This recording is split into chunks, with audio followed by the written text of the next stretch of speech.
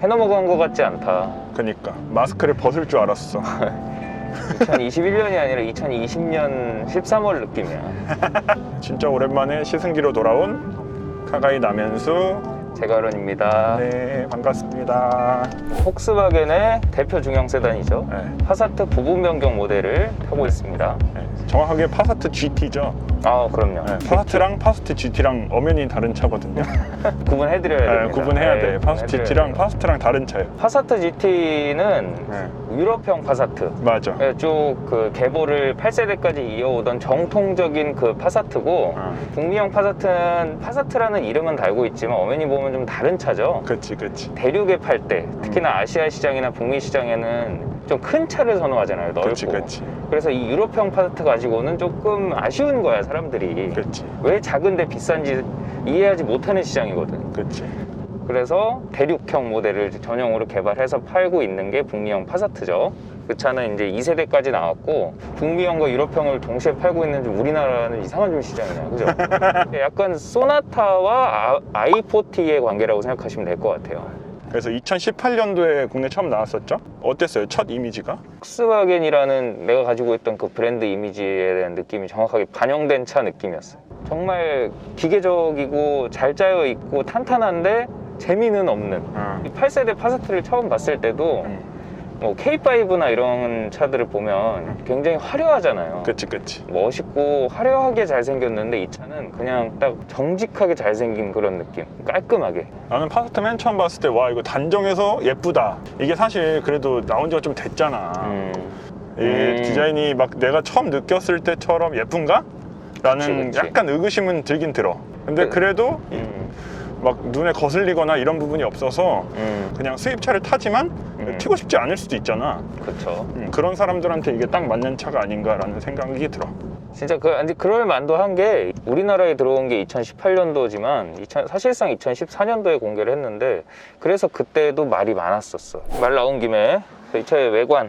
사실 전 모델하고 전장이 10mm 커진 거 말고는 크게 차이도 없거든. 사실 전고, 전폭, 휠베이스 모두 다 동일하잖아. 네. 이게 뭐가 달라졌는지 사실 실제로 봐도 잘 티가 안 나.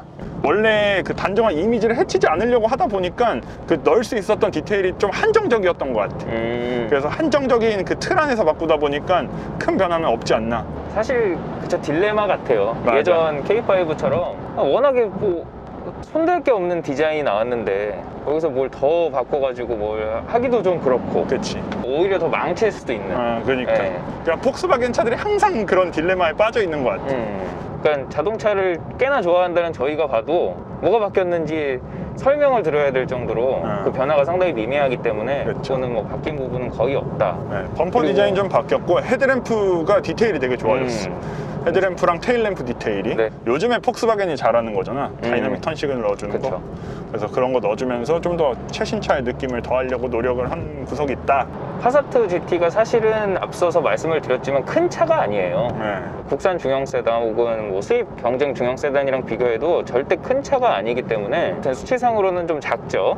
근데 직선을 많이 써서 그 크기 차이가 그다지 안 나요. 안 나 보여요. 그치. 그래서 실제 사이즈보다 조금 더 커 보이는 그런 네. 효과도 있다. 그리고 뒤에서 보면 섹션이 되게 크잖아. 트렁크 섹션 한 덩어리, 네. 범퍼 한 덩어리 막 이런 식으로 돼 있어서 좀 더 차가 안정감 있어 보이는 효과도 있는 것 같아. 네, 중형 세단에 걸맞게 조금 중후한 그런 느낌도 함께 전해주죠. 인테리어는 사실 여기는 그래도 할 말이 좀 있어.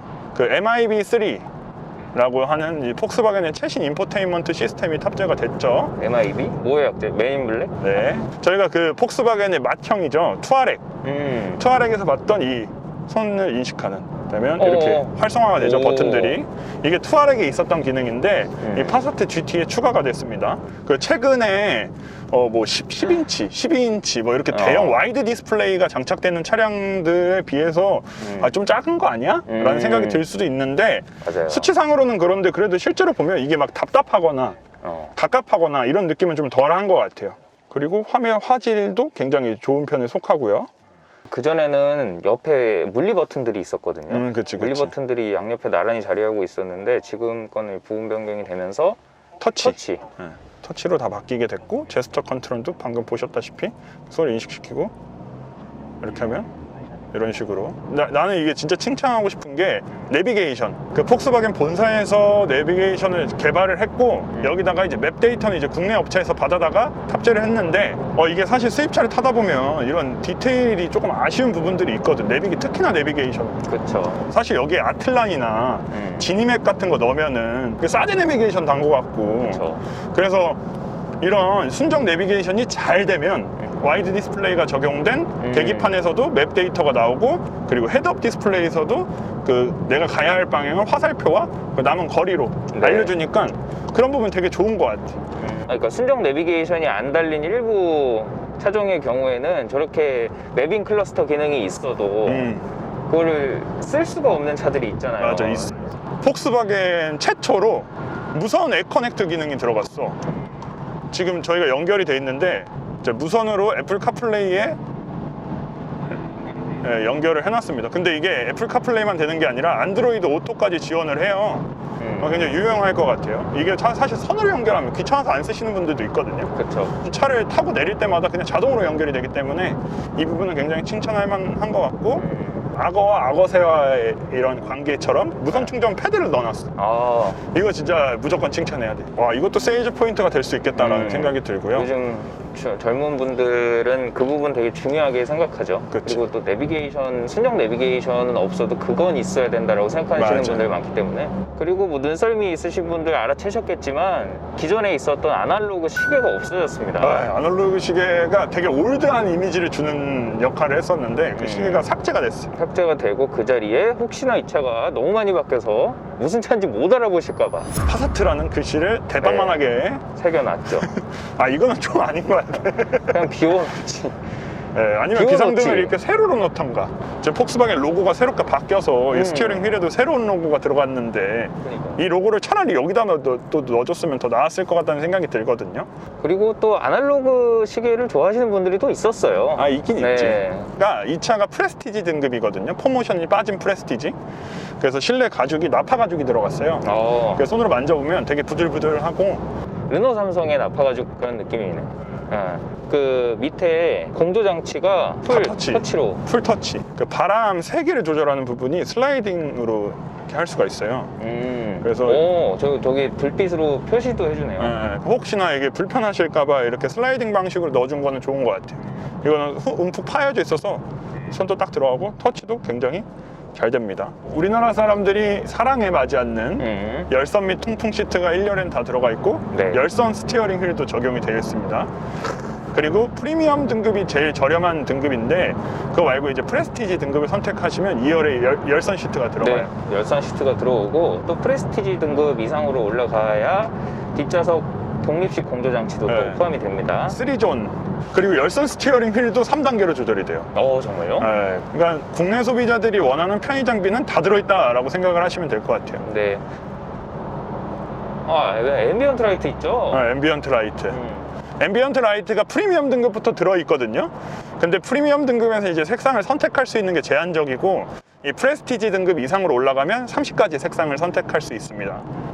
앰비언트 라이트가 사실 별거 아닌 것 같지만 차량의 분위기나 그 고급감을 더해주는 좀 더해주는 기능이죠.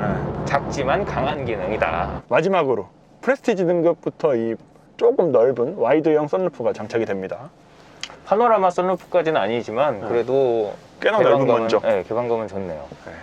전반적으로 정돈이 상당히 잘 돼 있어요. 튀어나온 부분 없이 굉장히 정돈이 됐다는 느낌을 받을 수가 있죠. 뒷좌석 공간은 어떤 것 같아요? 확실히 넓진 않습니다. 동급의 다른 세단들에 비해서 넓다는 느낌은 없지만 그래도 중형 세단에 기대하는 공간만큼은 갖추고 있어요. 그러니까 기존의 동급 차들이 너무 커졌기 때문이고 그건 사실 소나타도 LF 소나타 이후로 너무 커졌잖아요.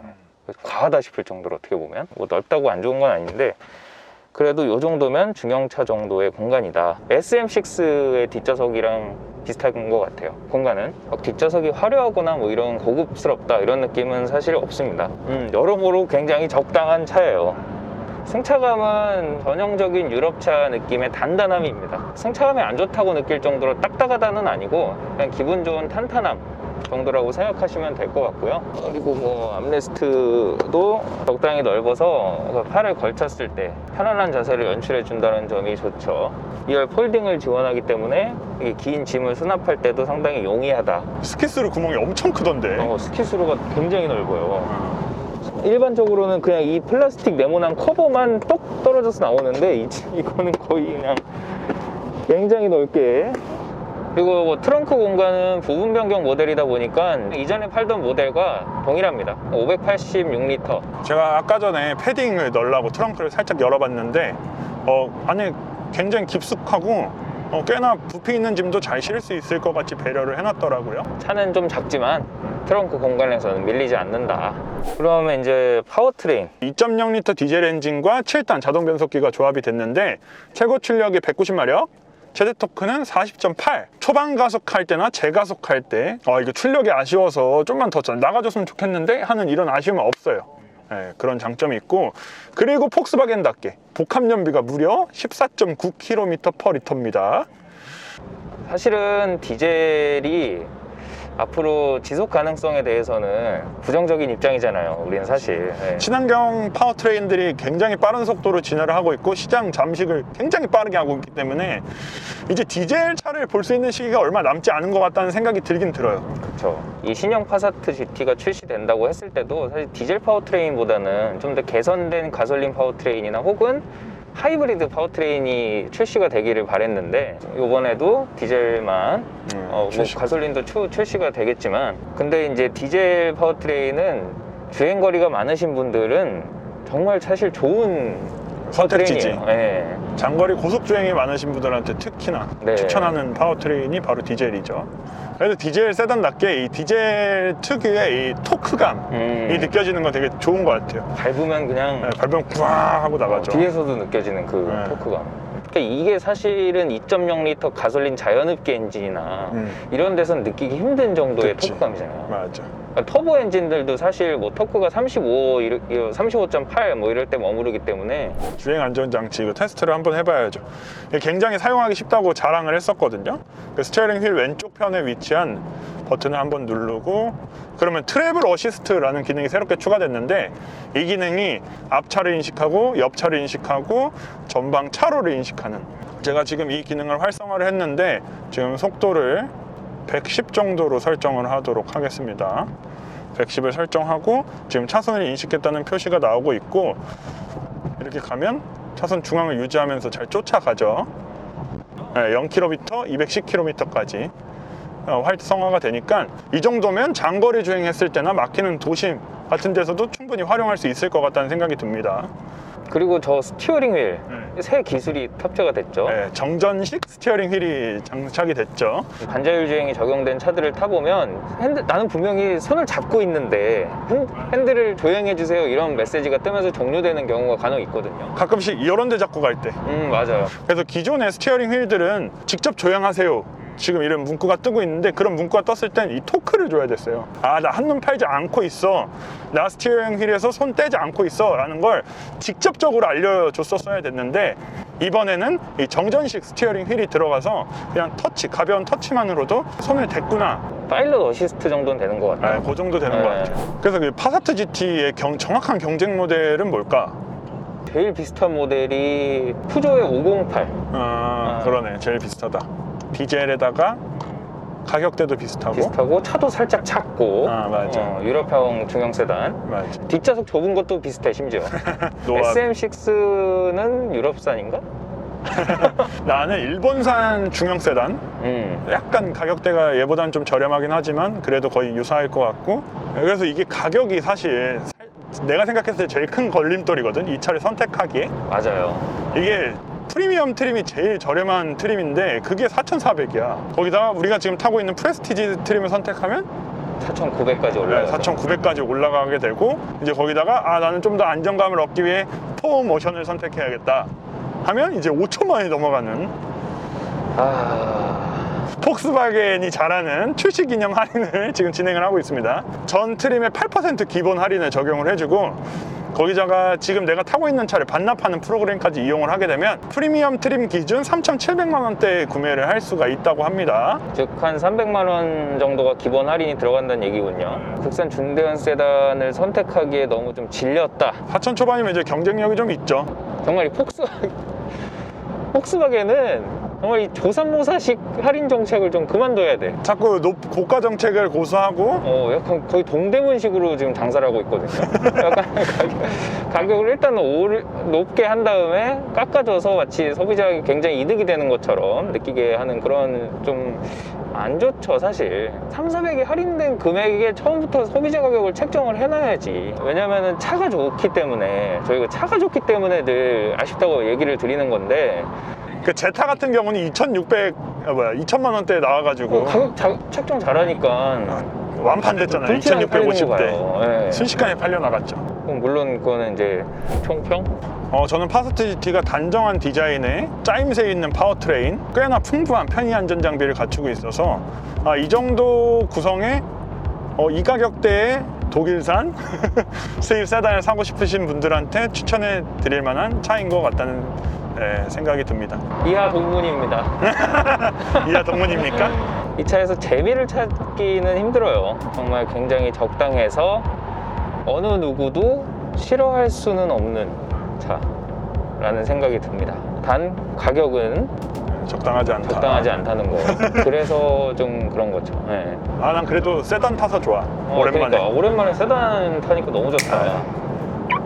SUV, 올드 SUV 타고